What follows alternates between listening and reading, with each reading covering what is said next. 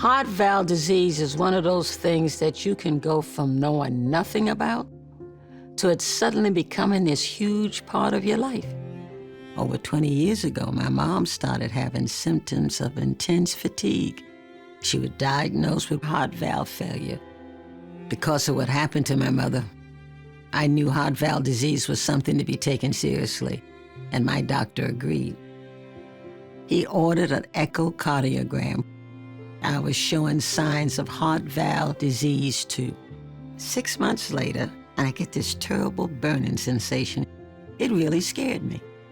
But I faced my fear instead of letting it paralyze me. I learned that my heart valve disease had progressed to heart valve failure.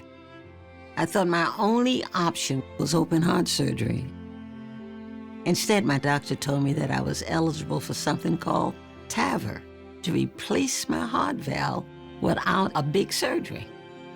Today, I'm fully recovered, still kicking and enjoying life. I know my journey could have ended badly if I had waited.